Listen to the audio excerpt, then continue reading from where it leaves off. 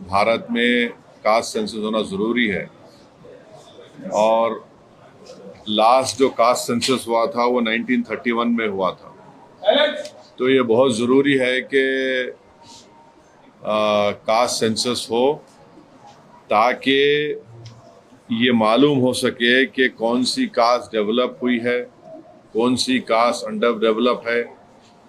और दूसरा ये कि फॉरवर्ड कास्ट में कितने वो लोग डेवलप हुए, कितने उसमें डेवलप नहीं हुए हैं।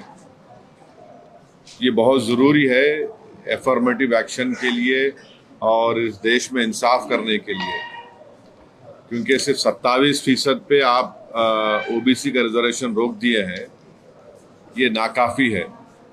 और कास्ट सेंसस ही इस चीज़ को साबित करेगा कि बैकवर्ड कास्ट इस देश में कितने पीछे हैं, कितना उनसे नाइंसाफ़ी हुई है। तो हम बीजेपी से डिमांड करते हैं कि आप बार बार ये बोलते कि आप क्या बोले, विकसित भारत बोलते, जनधन बोले, फिर आप 370 निकाल दिए, ये सब चीज़ें आप बातें करें, मगर कास्ट सेंसस के ऊपर हमेशा आप पीछे हटते थे। और जब कास्ट सेंसस का डिमांड शुरू हुआ तो खुद प्राइम मिनिस्टर और बीजेपी के बड़े बड़े लीडर्स बोले कि बटेंगे तो कटेंगे, और इस तरह की वाहियात बातें होती थी। मगर कास्ट सेंसस करना ज़रूरी है। हम बीजेपी से जानना चाहेंगे कि आप क्या इसको शुरू कब करेंगे। देखिए, सेंसस शुरू होना है तो कास्ट सेंसस होगा, फिर ये कंप्लीट कब होगा, क्या 29 के पार्लियामेंट इलेक्शन से पहले ये रिपोर्ट आ जाएगी या नहीं आएगी। और साथ ही साथ ये है कि बीजेपी हमेशा बोलती पसमानदा मुसलमान। भाई, पसमानदा मुसलमान का क्या मौक़िफ़ है, क्या उनका स्टेटस है, कितना डिप्रेविटी उनमें है, और जो नॉन पसमानदा मुसलमान है उनका क्या पोजीशन है। और तेलंगाना की हुकूमत, जो रेवंत रेड्डी सीएम है, उन्होंने यहाँ पर कास्ट सेंसस किया, जिससे मालूम हुआ कि 56.32% तेलंगाना में बैकवर्ड कास्ट का पॉपुलेशन है।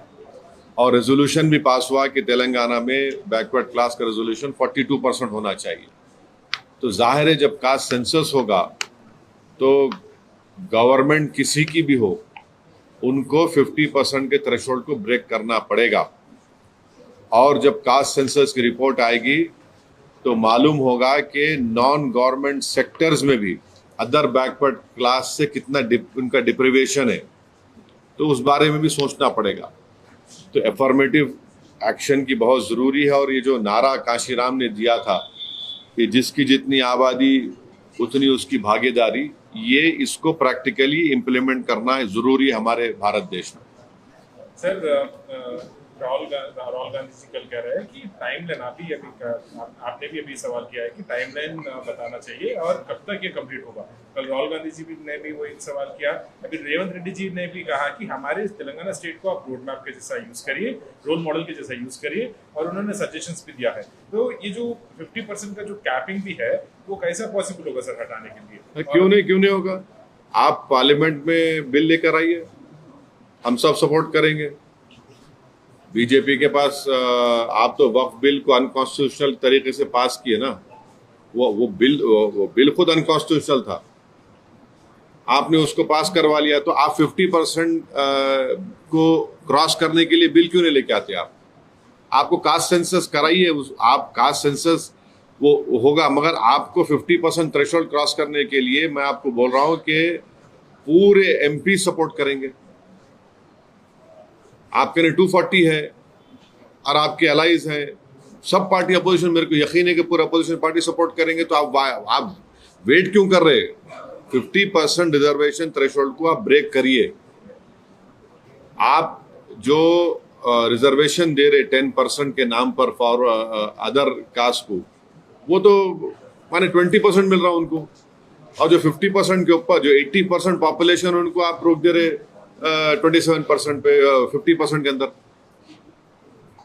आज भी बीजेपी ला सकती, नेक्स्ट मॉनसून सेशन में आप बिल लाइए 50% रिजर्वेशन को क्रॉस करने के लिए, कौन रोक? आप क्या कहना चाहते हैं, कब तक होना चाहिए कास्ट सेंसस? देखिए पहले मैडम, सेंसस जब होगा तो कास्ट सेंसस होगा ना, तो गवर्नमेंट को जवाब देना है।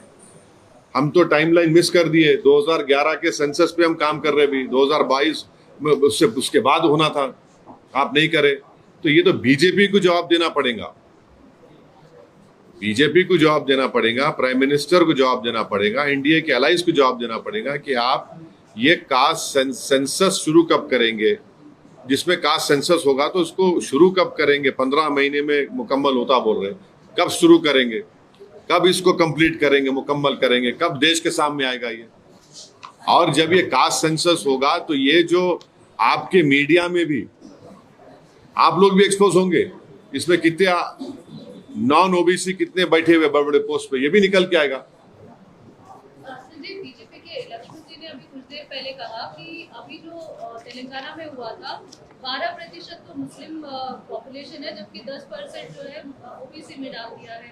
देवेंद्र रेड्डी की जो सर्वे निकाली, देखिए ये पसमानदा मुसलमान से इनको मोहब्बत है नहीं है बीजेपी को। आप जो है हिपोक्रेसी प्रैक्टिस कर रहे हैं।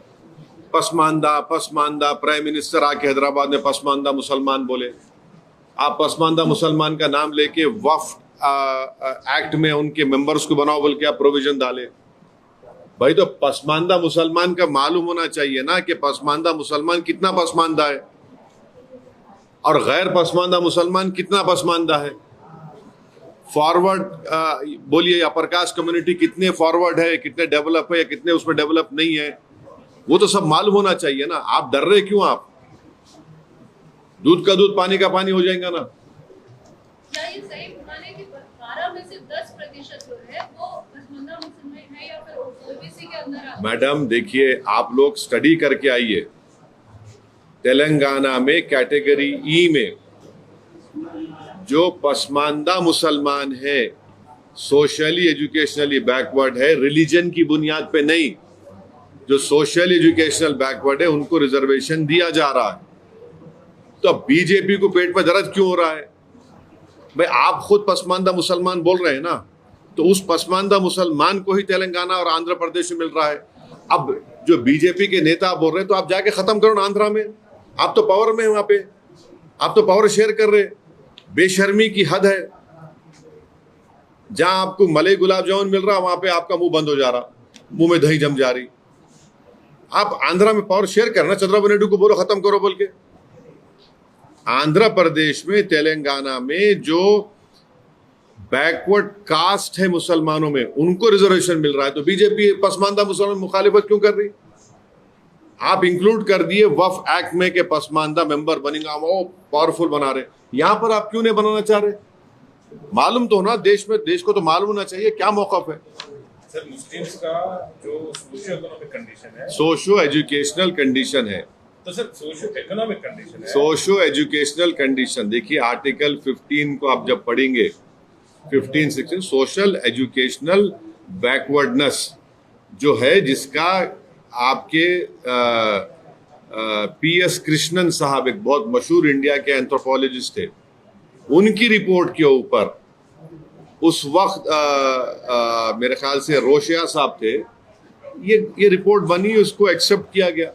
मगर सर जो इकोनॉमिक कंडीशन है मुसलमानों का, उसको मतलब अभी नेशनल कास्ट सेंसस करेंगे, they have announced it. So when this is conducted across nationally, and when also they get to know the exact figures of the Muslims as well, who are actually in the backward classes or जिनका situation socio-economic situation ठीक नहीं है और socio-educational situation ठीक नहीं है, तो उनको भी रिजर्वेशन देना चाहिए जैसा यहाँ पे मिल रहा है, जैसा आंध्र में मिल रहा है। देखिए एक बात, पहले कास्ट सेंसस होना है,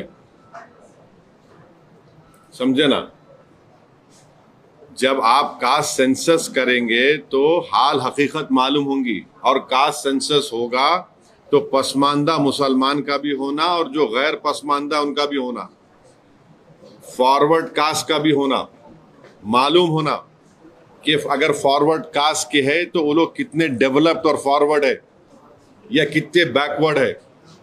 पसमानदा मुसलमान है तो कितने डिप्रावेशन उनमें है और है उनमें, और जो नॉन पसमानदा मुसलमान है उनमें कितना डिप्रावेशन है। मेरे को समझ में नहीं आ रहा है कि अपर कास्ट के लोगों को पेट में दर्द क्यों हो रहा है इसमें।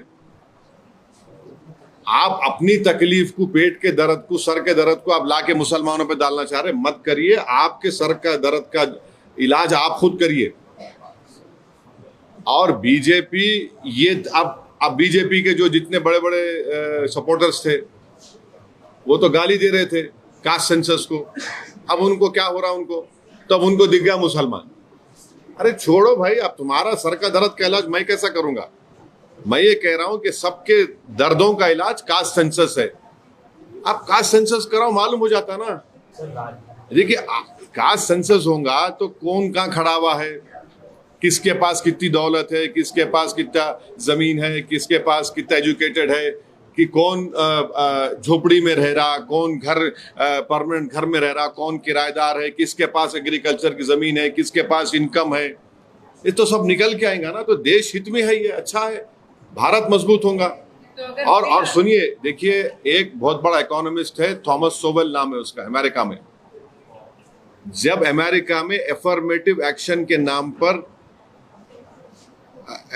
अफ्रीकन अमेरिकन, चाइनीज और जूस, जब एफर्मेटिव एक्शन की बात हुई तो ये कम्युनिटी डेवलप हुए, और जब डेवलप हो तो अमेरिका पावरफुल बना। तो ये भारत को ही पावरफुल करना है। आप कैसा इतनी बड़ी आबादी को, जो 85% की आबादी है, उनको कैसा आप पिक्चर रखेंगे? आपको डेटा तो मालूम करना पड़ेगा ना। डेटा मिलेगा तो आप पॉलिसीज बनाएंगे, पॉलिसी बनाएंगे तो देश का फायदा होगा। आपको बस डेटा ही नहीं है तो, और ये भी मालूम होगा कि वो बैकवर्ड कास्ट में बाज ऐसे कास्ट भी है जो हर चीज खा ले रहे, दूसरों को नहीं मिल रहा। तो ये विन विन सिचुएशन है सबके लिए। सर, जैसा तेलंगाना में बैकवर्ड क्लासेस में मुस्लिम, जो बैकवर्ड मुस्लिम्स है बैकवर्ड क्लासेस में मिला है, वैसा मिलाना चाहिए था क्या? भी मेरा सवाल था। अरे सुनिए, पहले डेटा आ जाने दीजिए। जब डेटा आएगा तो आप इतना मुतमईन रहिए, जब डेटा आ जाएगा तो पूरे देश को मालूम हो जाएगा कि किस तरीके से 85% पॉपुलेशन को, उनको इनजस्टिस उनसे हुई, कैसे उनको हिंदू मुस्लिम के झगड़ों में मिलाकर उनको पीछे रख दिया गया, कैसे उनका एक्सप्लॉयटेशन हुआ। तो ये सब चीजें मालूम होंगी ना। पहले तो कास्ट सेंसस तो होने दीजिए। आप लोग भाई, कास्ट सेंसस तो जरूरी है ना।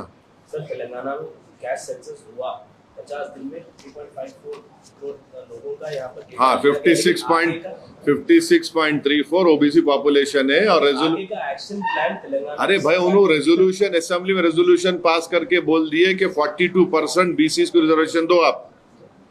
अब गवर्नमेंट ऑफ इंडिया को क्या करना है।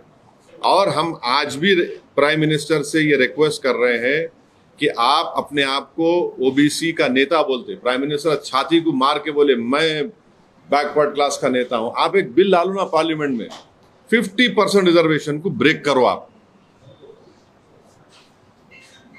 और सेंसस आप कब करेंगे? ये उसमें सेंसस कब शुरू करेंगे, उसको कब कंप्लीट करेंगे, और क्या 29 पार्लियामेंट इलेक्शन से पहले इंप्लीमेंट होगा, नहीं होगा? तो अगर बिल पार्लियामेंट में आता है तो आपके पास 100% आप लाइए, 50% ब्रेक करिए, रिजर्वेशन लाइए। आप कौन रोक रहा प्रधानमंत्री को? आप लाइए ना, आप बिल्कुल फौरन ला लीजिए। जिस तरह की जैसे ये बात सामने आई है, उसके बाद से जो राजनीति हो रही है पार्टियों के बीच में, एक दूसरे के ऊपर ये कहने की हमने इसके लिए दबाव बनाया, हमें इसके लिए इनिशिएट कर रहे हैं, कैसे देख रहे हैं? आप देखिए, आप छोड़ दिए ना, कौन दूल्हा बन रहा है नहीं बन रहा है, मेरे को उसकी फिक्र नहीं है। आप कास्ट सेंसस का डिसीजन ले लिए। और देखिए, केरला में आरएसएस की बैठक हुई थी। वो बैठक में भी उन्होंने इन अ वे बोले कास्ट सेंसस कराओ बोल के। केरला में बैठक हुई थी आरएसएस की, उसमें उन्होंने बोले इन अ वे कराओ बोल के। आपका बीजेपी को, गवर्नमेंट ऑफ इंडिया से हम एक ही बात पूछ रहे हैं कि आप सेंसस कब शुरू करेंगे, क्योंकि आप डिसीजन लिए कास्ट सेंसस भी कराएंगे। सेंसस कब शुरू होगा और कब कंप्लीट होगा, उसका डेटा देश के सामने कब आएगा? क्या 29 पार्लियामेंट के इलेक्शन से पहले ये हो जाएगा, नहीं हो जाएगा, हमको बताइए। अरे जरूरी है ना भाई, आपके इतने पॉलिसीज हमारे हैं। 1931 में एक सेंसस हुआ, उसके बाद से अब तक नहीं हुआ। मंडल की खाली रिपोर्ट पे हो रहा है। आपके पास मालूम तो होना ना, कौन कहाँ खड़ा हुआ है, कौन कितना पसमानदा है, कौन कितना पिछड़ा है। किसमें कम पढ़े लिखे लोग हैं, किसमें किसके पास ज़मीन नहीं है, किसके पास इनकम कितनी है, कौन किराए के घर में रहता, किसके पास ज़मीन नहीं एग्रीकल्चर की, ये सब मालूम होगा ना। इसमें इसमें वो क्या बात है। मगर हम यही बोल रहे कि टाइम लाइन दीजिए प्लीज आप। कांग्रेस कह रही है जिस टाइम पर ये अनाउंस किया जा रहा है, ये कहीं ना कहीं बता रहा है कि बिहार का जो चुनाव है उसके मद्देनजर है। क्या आप सच में समझते हैं कि आप भी बिहार हम बिहार चुनाव लड़ेंगे और अच्छी तरह से लड़ेंगे। हम बहादुरगंज से हमारे कैंडिडेट का अनाउंस भी कर दिए। मैं और मेरी पब्लिक मीटिंग है 3 तारीख को बहादुरगंज में, 4 तारीख को और एक जगह पर है। हम अच्छी तरह से लड़ेंगे और आप देखेंगे इंशाअल्लाह ताला हमारे जो एमएलएज लास्ट टाइम जीते थे उससे ज़्यादा हमारे एमएलएज कामयाब होंगे और जो चोरी करे हमारे एमएलएज की इंशाअल्लाह ताला उनको भी सीमांचल की जनता सबक सिखाएगी। बिहार के इलेक्शंस मद्देनजर रख के ये लाया गया, ये सवाल था सर। सवाल का जवाब ये दे दिया मैं दिया ना। मैं बिहार का जवाब मैं ऐसे दिया। अब आप जैसा चाह रहे मैं कैसा दूंगा? क्या असर होगा? हाँ, क्या इस बार असर होगा? आप देखेंगे। अब हम आप देखिए बहादुरगंज में हमारी जनसभा है, असर देखेंगे आप। ओके सर, पाकिस्तान का जो कई सारे पोस्ट पे जो विड्रॉ कर रहे सोल्जर्स, मतलब पाकिस्तान का जो डर है वो क्लियरली दिख रहा है। इस पे आपका क्या कहना है सर? सरकार से पाकिस्तानी जो पोस्ट है पाकिस्तान के बॉर्डर के अंदर एलओसी में जो लगे हुए पोस्ट है, वहां पे at those posts they are withdrawing soldiers and several soldiers left the positions, and we are seeing also reports that Pakistani families are going to London. How would you like to respond, sir, and what would you like to say to the center that what center should do? देखिए, मैंने आप लोग जो press conference में ये बात कहा था कि काश 2019 में नरेंद्र मोदी वो जो लॉन्चिंग पैड्स की ज़मीन को हासिल कर लेते, जहाँ से लॉन्च पैड्स होते हैं वो टेररिस्ट के, वो आप उसको ले लेते। अब आप जब ये आपकी न्यूज़ अगर सही है तो बहुत अच्छा है, हमको जाके वहाँ पे ले लेना चाहिए। मेरे को नहीं मालूम, आपके ऊपर आप बोल रहे खाली करके चले गए, तो खाली करके चले गए तो फिर हम जाके बैठना वहाँ पे और छोड़ना नहीं। अब के बार अगर कुछ एक्शन ले रहे तो घर में घुस के बैठ जाना। घर में घुस के मारते बोले ना, अब घर में घुस के बैठ जाना, खत्म। ये होना चाहिए। पीओके ले लेना सर। नहीं, अरे गवर्नमेंट खुद बोल रही है। एक बात सुनिए, पीओके नहीं, पीओके का रेजोल्यूशन है पार्लियामेंट का, भारत की पार्लियामेंट का रेजोल्यूशन है, वो भारत का है बोल के। तो बीजेपी क्या बोलती, घर में घुस के बोले डैश डैश बोले, हम बोले घर में घुस के बैठ जाओ आप। ये खत्म होना है टेररिज्म, जो बार बार हर थोड़े दिन को जो टेररिज्म होता। आप देखिए हैदराबाद में लुम्बिनी पार्क का हुआ, दिलसुख नगर का हुआ। मैं एक शर्मा साहब को जानता हूँ, तेलुगु के पंडित हैं, उन्होंने अपनी बेटी को खो दिए। कभी कभी आके मिलते मेरे दारुसलाम में, असद साहब मेरी बेटी याद आ रही मेरे को, बोले तेलुगु के पंडित अपनी नौजवान बच्चे भी खो दिए। आप 26/11 का हुआ, निजामाबाद की एक दुल्हन वो वीटी स्टेशन पे मारी गई जिसके हाथों में मेहंदी थी। पुलवामा हुआ, आपके उरी हुआ, आपके पठानकोट हुआ, रेसी हुआ लास्ट ईयर, वैष्णो देवी के पास 7 टूरिस्ट को मारे। तो आपके पास तो पूरे सब अपोजिशन पार्टीज गवर्नमेंट को बोल रहे कि इसका आप खत्म करो, ये टेररिज्म को आप खत्म करो। आप पावर में हैं, आपको खत्म करना है इन चीजों को। एक आखिरी सवाल सर, ये जो पाकिस्तानी को वापस भेजा गया उसका डेटा रिलीज करना चाहिए क्या सेंटर? किसको वापस भेजा रहे? पाकिस्तानी जो नेशनल थे, शॉर्ट टर्म वीजा पे, साग वीजा पे जो थे, या फिर लॉन्ग टर्म वीजा। अरे वो छोड़ दे भाई, वो जो बच्ची आके बैठ गई यहाँ पे 2 बच्चों को लेके, उनको क्या बोलते, तुम लोग पूछ रहे नहीं तुम लोग? हाँ, वापस जाओ बोल के बोल रहे। अरे उन्हें आके बैठ गए। उन्हें वो क्या किस्सा क्या है प्यारे, वो तुम लोगों को बड़ी मोहब्बत उससे हो गई, उसका बारे में पूछ रहे नहीं तुम लोग? वापस जाओ। अरे हाँ, हंसना देखो। अरे क्या बोलेंगे? हाँ, चलिए और कुछ है? Thank you sir.